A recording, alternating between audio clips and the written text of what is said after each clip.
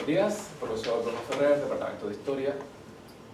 Como siempre, un placer aquí estar con los eventos de ITIEM y que tengamos nueva participación. Tú ya participaste, pero como moderador, pero hoy tenemos otro tipo de participación y Carolina, una estudiante graduada, que es bueno que estemos aquí desarrollando otros temas y experiencias en este sentido.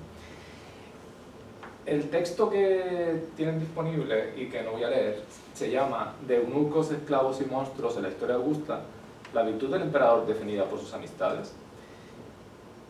Ese texto está disponible en academia.edu, en research.net, no sé qué, esas cosas. Incluso he obtenido comentarios interesantes de profesores en Alemania y en Grecia que me han dado referencias bibliográficas, me han hecho pensar algunas cosas. Voy a explicar un poco de qué trata el texto, cuál era el propósito del texto, por encima. Y voy a ver cómo eso conecta un poco con lo que estamos discutiendo aquí, con lo que ya ha presentado Etienne, y con otros elementos, otros proyectos que derivan de esto, que dependen un poco de esto que está presente aquí. En realidad este texto es una evolución del primer texto que se presentó en el primer encuentro, que era una presentación más panorámica, que pretendía ver los diferentes problemas de cómo la esclavitud tiene que ver con conceptos de estatus y conceptos de poder. Y un elemento que aparecía ahí, que curiosamente tiene que ver con la palabra que el profesor Esmer discutió hoy, es para mí especialmente importante porque conecta muchos proyectos, muchas ideas, muchas clases incluso que estoy dando, que es el concepto de lo despótico. Es decir,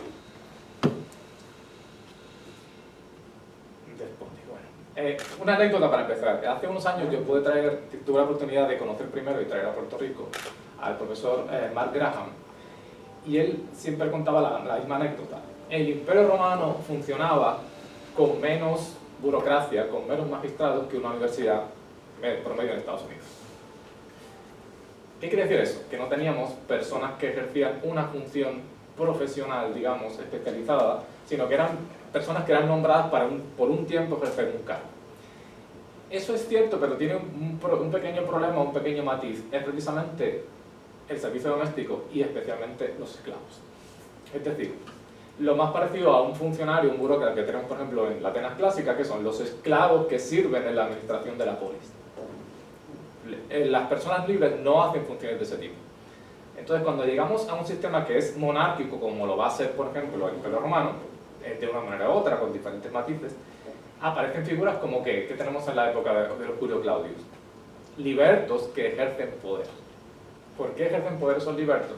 Podemos pensar que tienen una formación, una capacidad de contabilidad, de administración, etc. Pero lo interesante ahí es que las funciones domésticas, lo que se hace en la casa, y las funciones de tener poder real, aunque no sea teóricamente legal, están presentes. Porque se está desplazando a la aristocracia, al senado, a la nobleza romana, a las nobilitas, para poner a personas de confianza que son esclavos o libertos del emperador.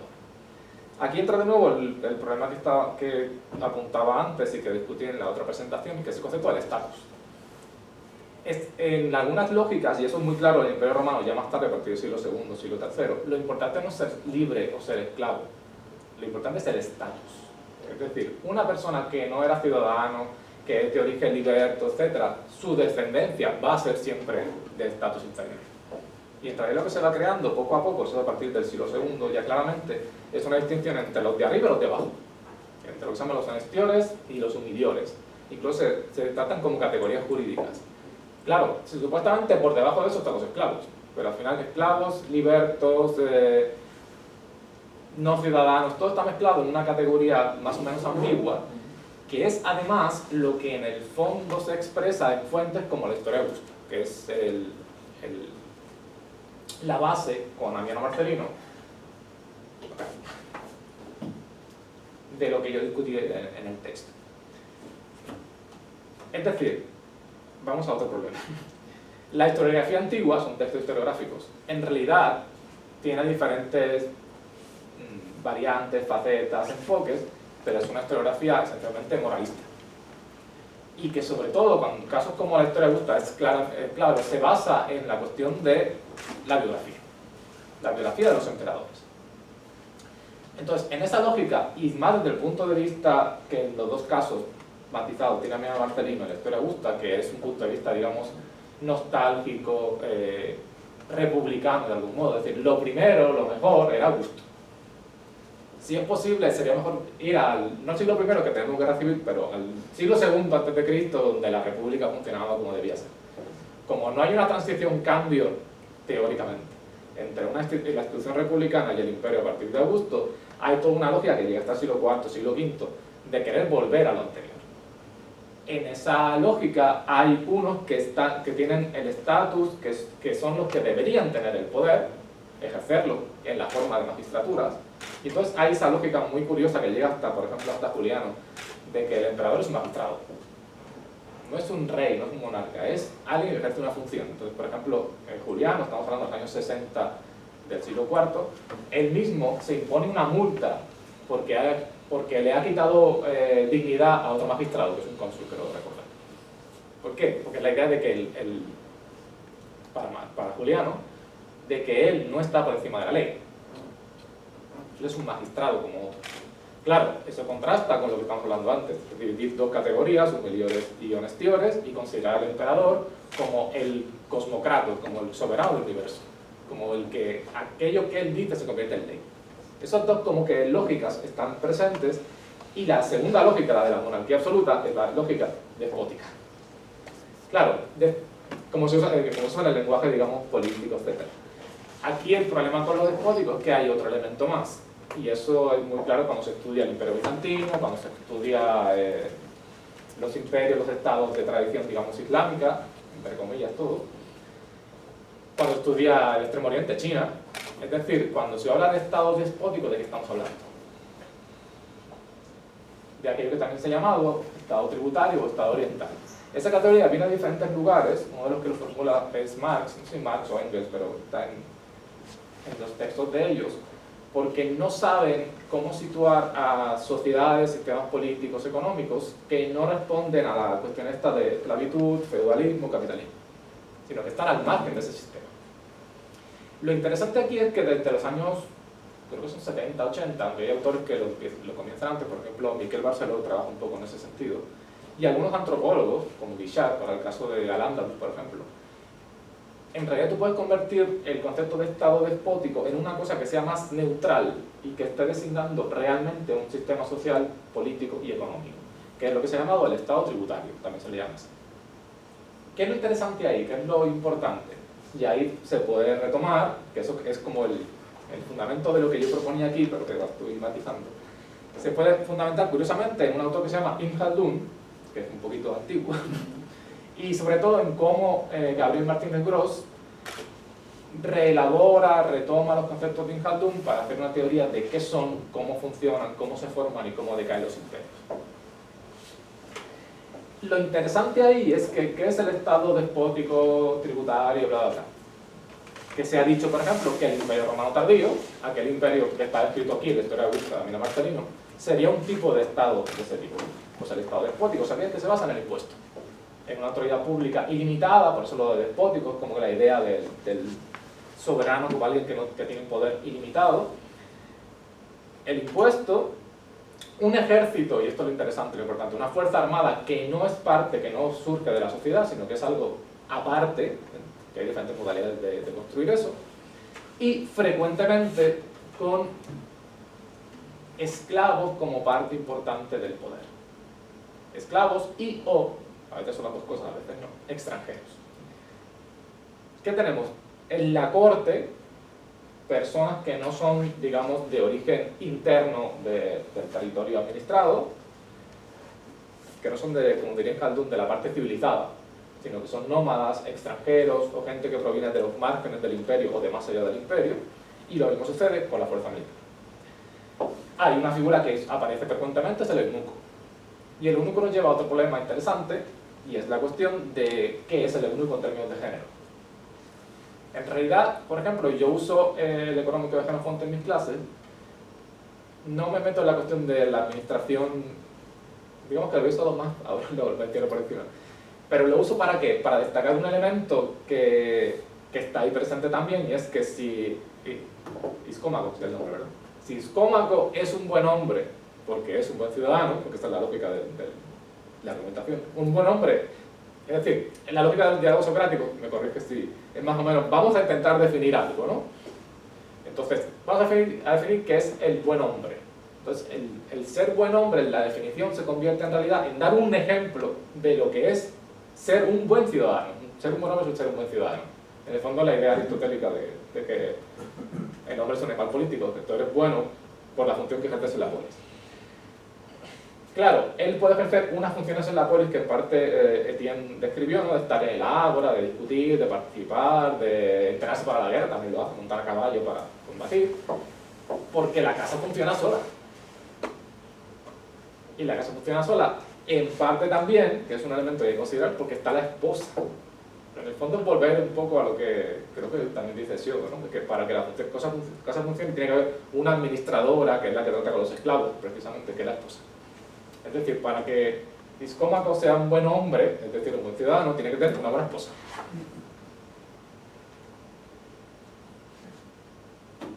¿Dónde ponemos a los eunucos? ¿Por qué están los eunucos? ¿Qué son? ¿Son hombres, son mujeres o qué cosas son? Pues, eso se puede discutir mucho. Eso, el caso de Heliogábalo, que yo le he dado mucho peso en el texto, es interesante porque Heliogábalo supuestamente se quería castrar, supuestamente era hombre y mujer, supuestamente hacía cosas muy extrañas, supuestamente se casó con otra mujer, bueno, unas cosas muy raras.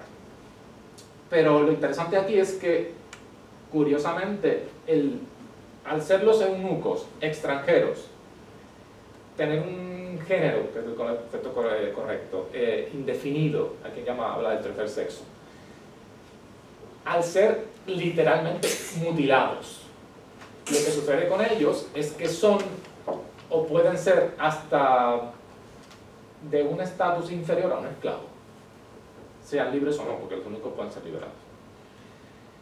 Ya pues, y a pesar de eso, no solo tienen un puesto importante de hecho en la corte, sino que a veces se le dan cargos importantes, y a veces, ya más tarde, sobre todo siglo V, VI, etc., se le dan mandos de tropas. ¿Por qué tú haces eso? ¿Por qué un eunuco es un general que comanda tropas? Pues precisamente porque su propio estatus puede hacer que él sea virtuoso como militar. Aquí tienen una discusión que yo he desarrollado en otro sitio, pero que no se ha publicado todavía, este tiempo que está por ahí. Es decir, cómo virtud y virilidad están juntos, están ligados. Y cómo virtud y virilidad tiene que ver con cualidades éticas, etcétera, pero sobre todo con lo militar, con la fuerza, el valor, etcétera.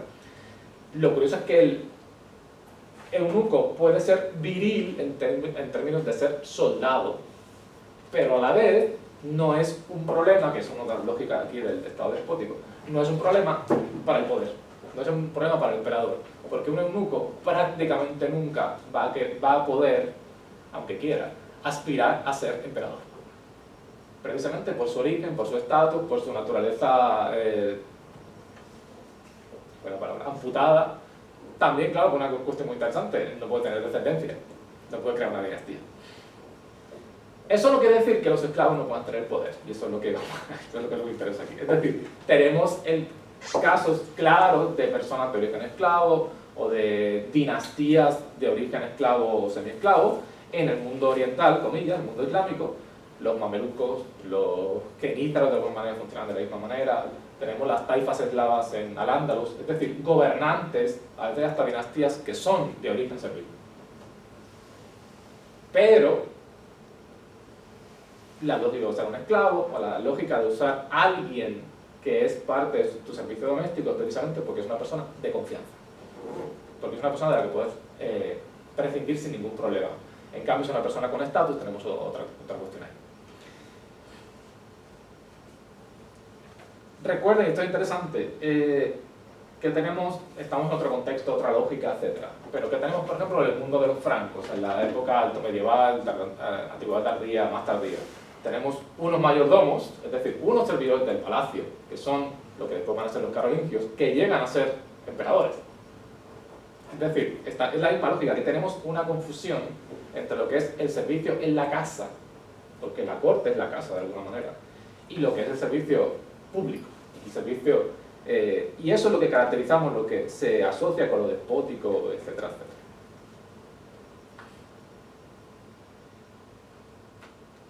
En la historia de Augusta hay, de alguna manera, bueno, la historia de Augusta, meterse en discutir la historia de Augusta es complicado. La historia de Augusta es como el otro gran texto con Homero, con la Ilíada de la Odisea, de discutir por siglos quién es el autor, cuál es la cronología, si hay un autor o hay varios, y bueno, se muestra como si fueran una colección de biografías de emperadores entre el siglo II y el siglo III, y como si fuera escrita por diferentes autores, creo que son 7 o 8, en tiempos de Diocleciano y Constantino, es decir, entre el final del siglo III y principio del siglo IV.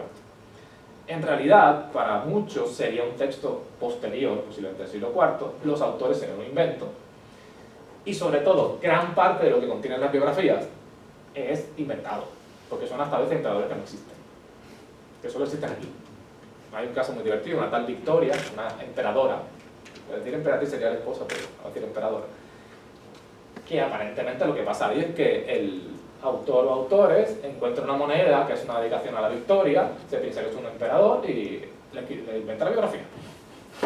Ya, se acabó. Pero lo interesante es que el punto de vista ideológico de esta recopilación de presuntas biografías se ha pensado tradicionalmente que es buscar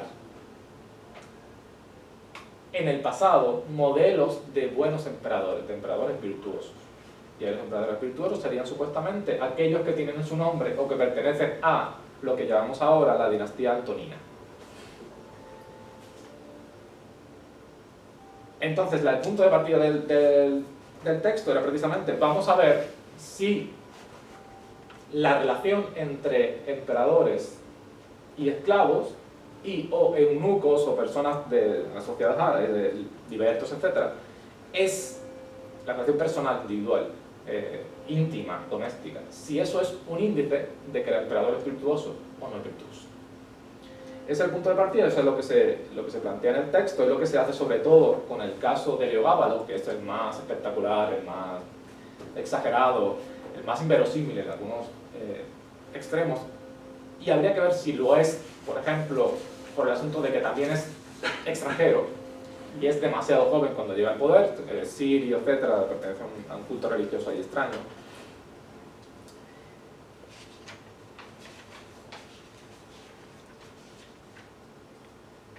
Aquí, un concepto esencial que aparece curiosamente no en la biografía de... Estoy buscando el lugar exacto.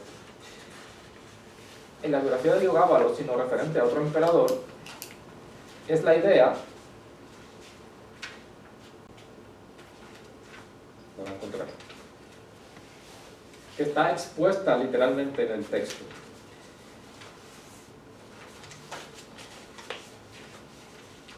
No encuentro la cita, pero... Hay un cambio de emperador y se le dice al emperador siguiente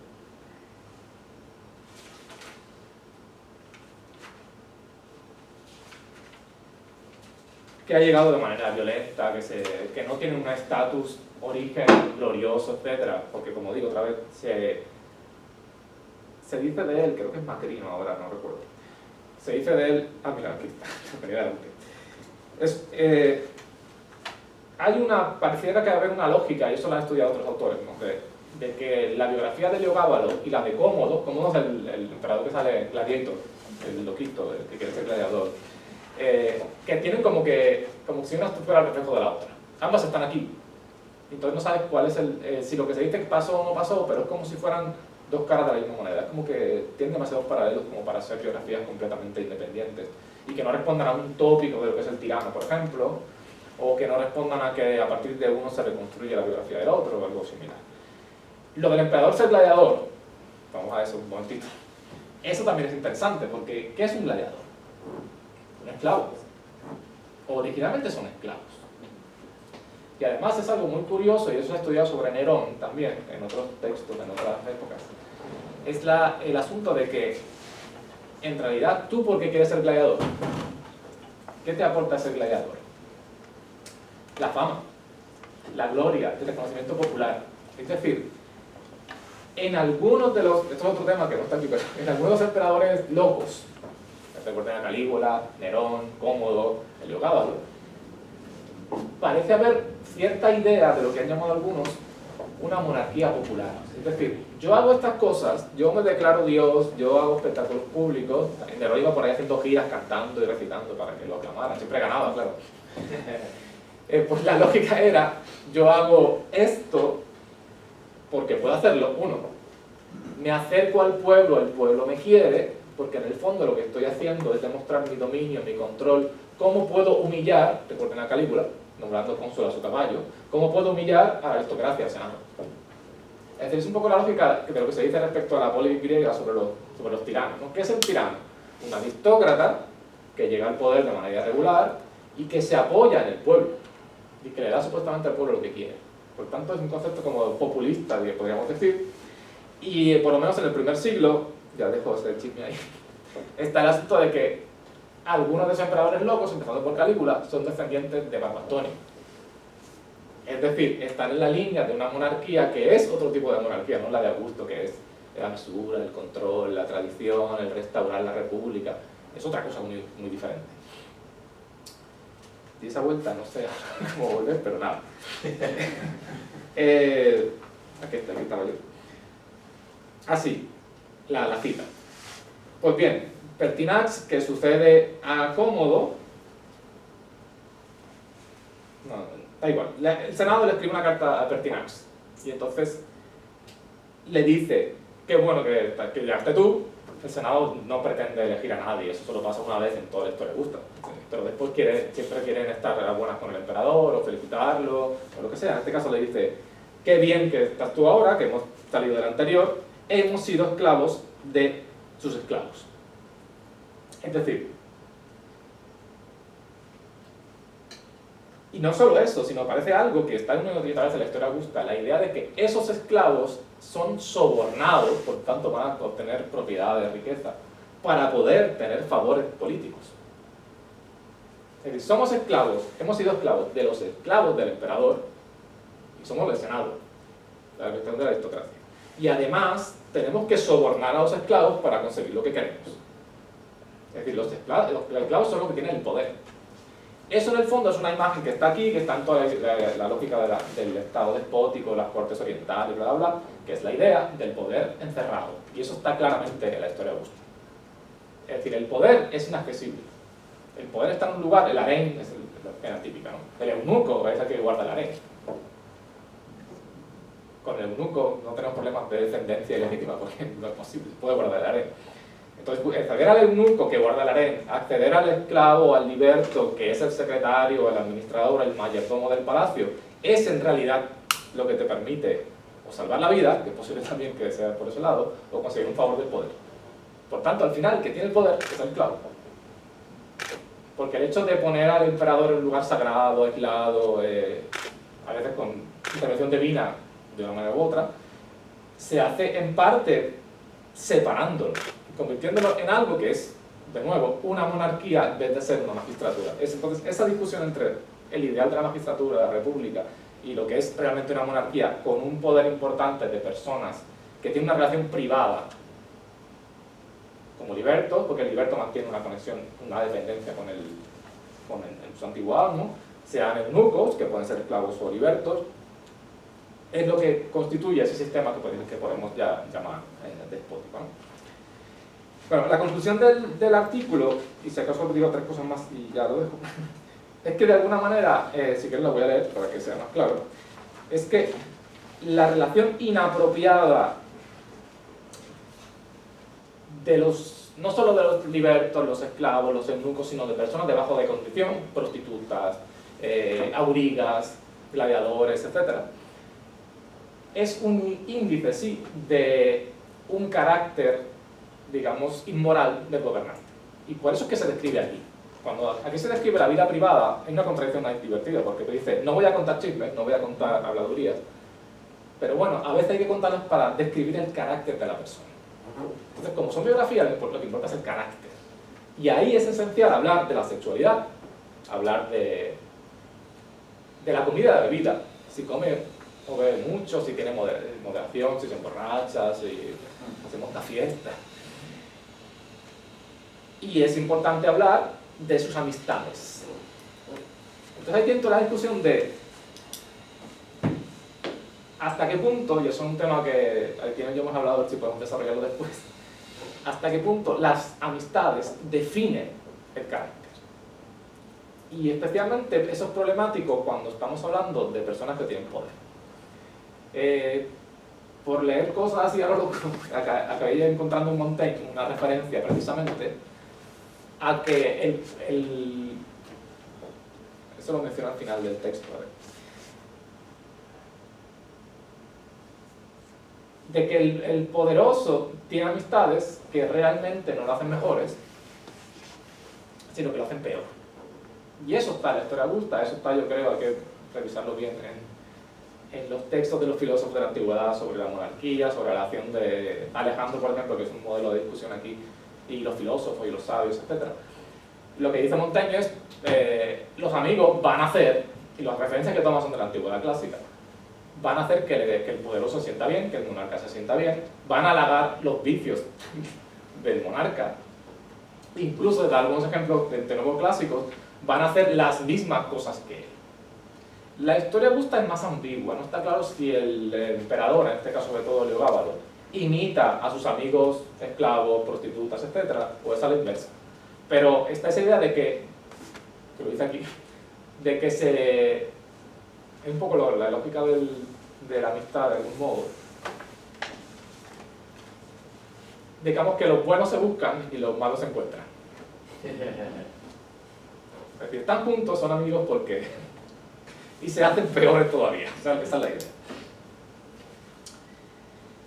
Ahí tienen también otra cosa curiosa que encontré después, por otros temas que estoy trabajando.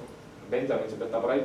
Que es, de nuevo, una cita ahora de Pascal, que dice algo así de que no se puede dejar al gobernante solo.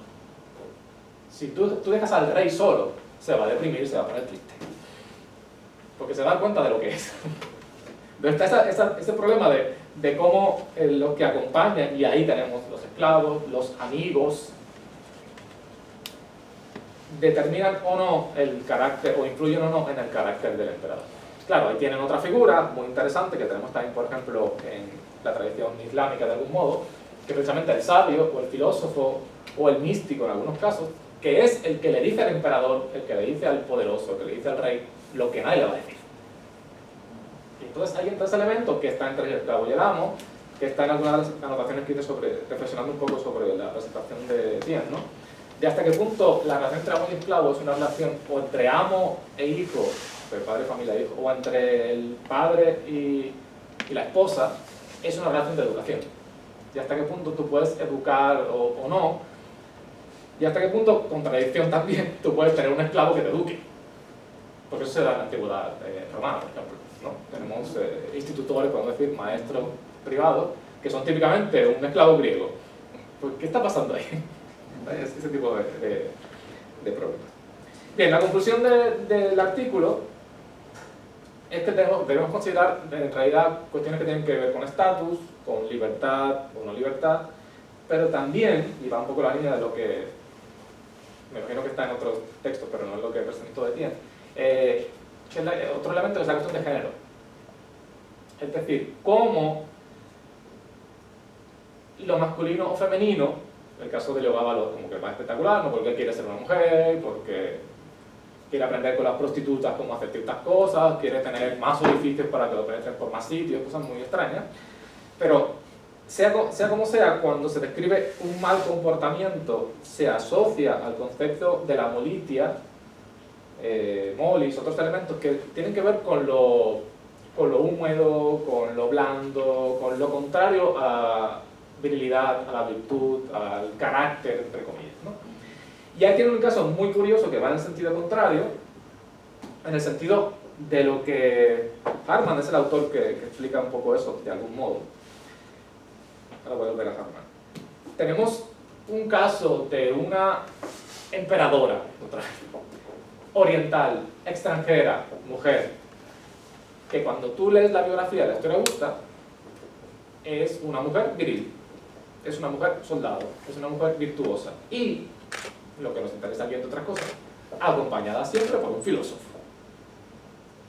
que tiene eunucos, pero tiene pocos y son viejos, porque parece que los viejos no son tan problemáticos como los otros. Y es una mujer, por ejemplo, que se dice, no, ella solo se acostaba con el esposo para tener hijos. Es decir, son toda una serie de elementos que típicamente en parte llevaría a compararlo con el estoicismo y con otro tipo de actitudes filosóficas, ¿no? Pero que la convierte en una mujer viril. Y esa es un poco la cuestión aquí. La conclusión, voy a leer la conclusión para leer algo. Si es que es posible atribuir una postura sistemática de los problemas, es decir, realmente hay un esquema, decir, los emperadores buenos son así, los emperadores malos son así. Si es posible atribuir una postura sistemática al respecto de la virtud y las amistades de la historia de Augusta, las relaciones inapropiadas con esclavos y eunucos no parecen ser un criterio suficiente y único para determinar la presencia o ausencia de virtud. Una virtud que es entendida tanto como privada, es decir, aquí hay una idea también de que como moralista, parece lo que pasa en la política de Estados Unidos, ¿no? Si tienes una familia, vas a la iglesia, vas a ser un buen político. Aquí es la misma idea. Una virtud que es entendida tanto como privada, es decir, qué hace en su casa, a qué hora se va a dormir, con quién se reúne, cuánto come. En el sentido de ejercida fue tanto fuera del foco de la opinión pública como antes de acceder al trono, también se habla mucho de qué hacía antes de ser emperador. Porque claro, la idea también está en algunos textos. Si era malo antes de ser emperador, cuando llegue a ser emperador no va a ser más bueno. Si acaso va a poner peor, pero no va a mejorar por ser emperador. Como antes de acceder al trono, o personal, como en calidad de gobernante. En efecto, en casos como Macrino, que son los de los emperadores que discuto, esta situación de relaciones inapropiadas, de excesiva familiaridad y poder de las personas no libres, eso me acuerdo que estaba en la presentación de otro encuentro, es decir, cómo el amo, y en realidad una persona de estatus elevado en general, y un esclavo, una persona de estatus no elevado, pueden tener una relación pero que sea desigual, que el estatus siempre se muestre. Puede estar cerca pero separado. Puedes tener proximidad, relación, lo que sea, pero la amistad o la familiaridad excesiva es lo que se entiende que es inapropiado y muestra el carácter también inapropiado del que tiene poder e influencia.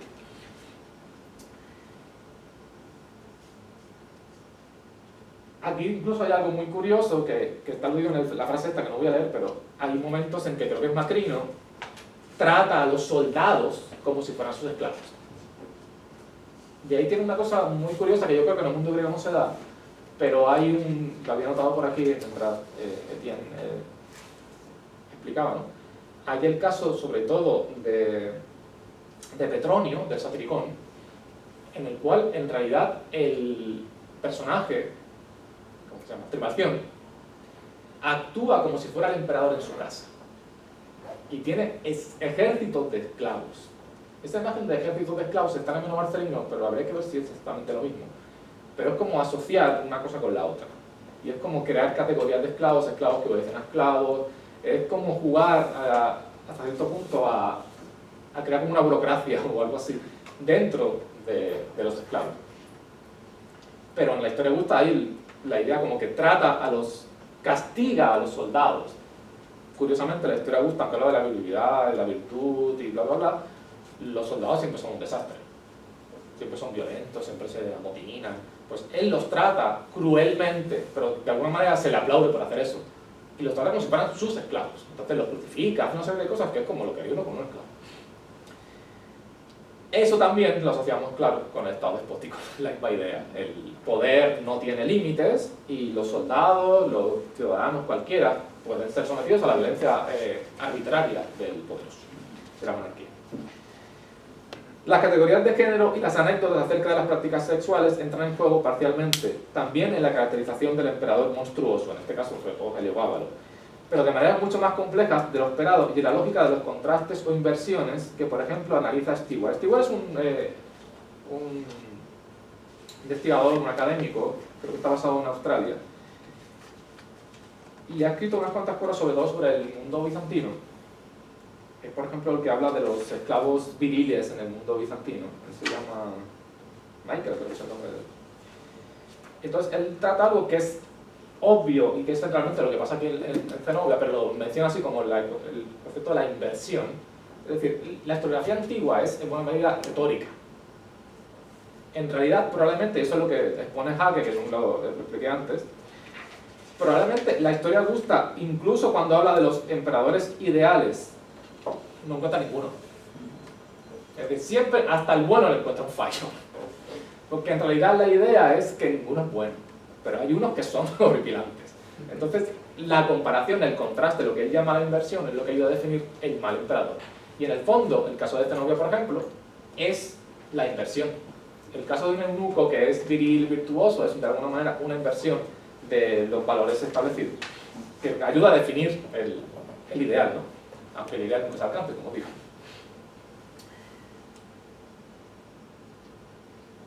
Aquí también tienen, curiosamente, la palabra tirano, que es ambiguo, que significa en el texto. Porque tirano tanto puede ser el que ejerce el poder de manera abusiva, como el que llega al poder de manera inapropiada. Entonces hay otra discusión, que también hay algo así en el mundo griego, ¿no? Hasta qué punto el tirano, es tiránico, o simplemente alguien que llegó de manera no muy clara, ¿no? Pero nada. Así, encontrarlo esperado por su origen, categoría, tiranía, tirana, usurpadora y género. Los eunucos aparecen mencionados, pero no tienen ningún papel en la descripción de una extranjera y oriental como Zenobia. Por otro lado, considerada de una forma positiva. Aquí también tienen otro chisme interno. Hay una biografía extraña de Zenobia en árabe, que la pone como una bruja, literalmente, como una obsesa sexual. Es una idea completamente diferente. Porque claro, aquí el problema es que Zenobia es árabe también, de algún modo. Y Paul Bain, por ejemplo, tiene un texto sobre Palmira. Eso está discutido aquí, pero tengo que entrar en profundidad. En realidad, Palmira, el lugar que reina Zenobia, es un sitio ambiguo, porque está helenizado, son árabes, hay mezcla de poblaciones, hay textos que están en arameo, es como una mezcla de comunidades, de poblaciones. Precisamente los eunucos parecen haber sido figuras problemáticas para las sociedades antiguas grecorromanas de época clásica por su triple carácter de extranjeros, orientales normalmente, esclavos y mutilados. Posiblemente, como analiza Stewart, la prevención hacia ellos comenzaría a cambiar, especialmente en el futuro Bizancio, con eunucos que parecen ser buenos mandos militares y ejercer las virtudes masculinas, especialmente en combate, después de la época de la creación de la historia Augusta, o en todo caso, en un proceso coetáneo que ésta no refleja. Aquí hay un problema adicional. Uno de los académicos, investigadores alemanes que contactó conmigo me dio un par de referencias que yo no conocía, pero que van un poco a la línea de lo que está discutido aquí, pero que llegan a una conclusión que en realidad es lo que pasa con la historia Augusta. Normalmente las argumentaciones aquí son circulares. Me explico. Tú dices, este texto debe ser del siglo IV, no del siglo III, porque lo que describe es del siglo IV, por ejemplo, el poder de los eunucos. Bien, un argumento. Pero ¿qué pasa si el poder de los eunucos viene de antes? Tienes que decir que el texto entonces es del siglo III. Entonces, parte de la argumentación ahí es esa. Tú no puedes encontrar como... Si tú piensas que es del siglo IV, vas a identificar lo que está describiéndose ahí como el estado despótico, oriental, ese tipo de cuestiones, donde los eunucos, los esclavos son muy importantes. Un estado también burocrático, que es otra de la lógica aquí, donde hay vigilancia, etcétera, espionaje, que es lo que se escribe, por ejemplo, en Procopio, en la anécdota, que es del siglo VI. Pero si no fuera así, entonces lo que estarías diciendo es que en realidad estás describiendo una situación que es anterior, porque la cronología... Es como que... Es complicado saber exactamente de qué estamos hablando. La preeminencia de los eunucos en algunos pasajes de la historia Augusta puede verse como una muestra más de anacronismos, es lo que estaba comentando aquí, como un indicio claro de una adaptación del texto posterior a más o menos el 395, es decir, posterior al siglo IV, ya llegando al V prácticamente. Por un lado, la crítica a los emperadores que se encierran y rodean de eunucos puede ser una referencia velada a los gobernantes de esa época, notablemente, pero no exclusivamente a Arcadio y su cónsul eunuco Eutropio. Sobre Eutropio es que hay un poema que lo critica porque es eunuco y habla cosas horribles de él. Por el otro lado, en realidad, esas personas de origen extranjero, oriental y esclavizado, los eunucos, responden a lógicas más complejas y sirvieron con cierta eficacia y lógica diversas funciones, incluso militares. Así, en realidad, la presencia de esclavos y eunucos inmorales y con poder en la corte imperial pudiera muy bien responder, más allá de los prejuicios y consideraciones morales del no libre en general, a un sistema de poder y una ideología tardoantiguas, posteriores a Diocleciano. Diocleciano reina entre el 284 y el 305, sobre todo que sitúan al emperador en otras lógicas que no son las del Principado de Augusto, las supuestamente idealizadas por el autor de las biografías imperiales que nos ocupan, la historia de Augusto. Lo que la historia de Augusta se asocia con imitar las mores, las costumbres, los usos extranjeros y orientales de Persia, porque hay esa idea de la orientalización del poder del sistema romano a partir de Diocleciano.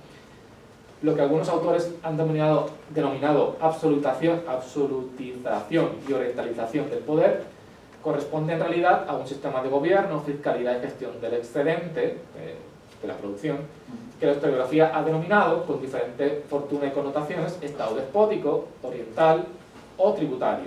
En ocasiones, por ejemplo, sobre la Racine Khaldun, lo que retoma Martínez Grot, simplemente, lo que hace también Miquel Barceló, es llamar imperio. Es decir, el imperio sería aquello que se fundamenta en un poder público y en la recaudación del impuesto. En este tipo de estado imperio, figuras como el esclavo y el eunuco del soberano tienen mucho sentido, también bajo otras formas, como los esclavos soldados. Las figuras más famosas son los mamelucos, los esclavos andalusíes y los genízaros en el mundo islámico. Pero no por sí solos, sino bajo la lógica de un conjunto de factores y dinámicas estructurales que describe y critica la historia augusta. Arbitrariedad, emperador recluido, en suma, absolutización del poder. Y acabo con una frase que nos lleva a la época contemporánea, ¿no? Un poco. Curiosamente, la concepción del soberano como bueno, pero ignorante de la realidad del pueblo y secuestrado por sus ministros, es típica de la edad moderna, incluso de hoy en día. Pero esa es otra historia, es la historia de viva el rey y muera el mal gobierno, ¿no? Que es una frase famosa de... es un poco la lógica de Montaigne y otros autores, es decir, el gobernante, que es otra lógica también aquí, no es malo, lo que pasa es que está mal aconsejado, es que no le cuentan lo que pasa, es que si supiera lo que está pasando el pueblo, él haría las cosas bien, pero está mal orientado por precisamente los amigos, los sirvientes, los ayudantes de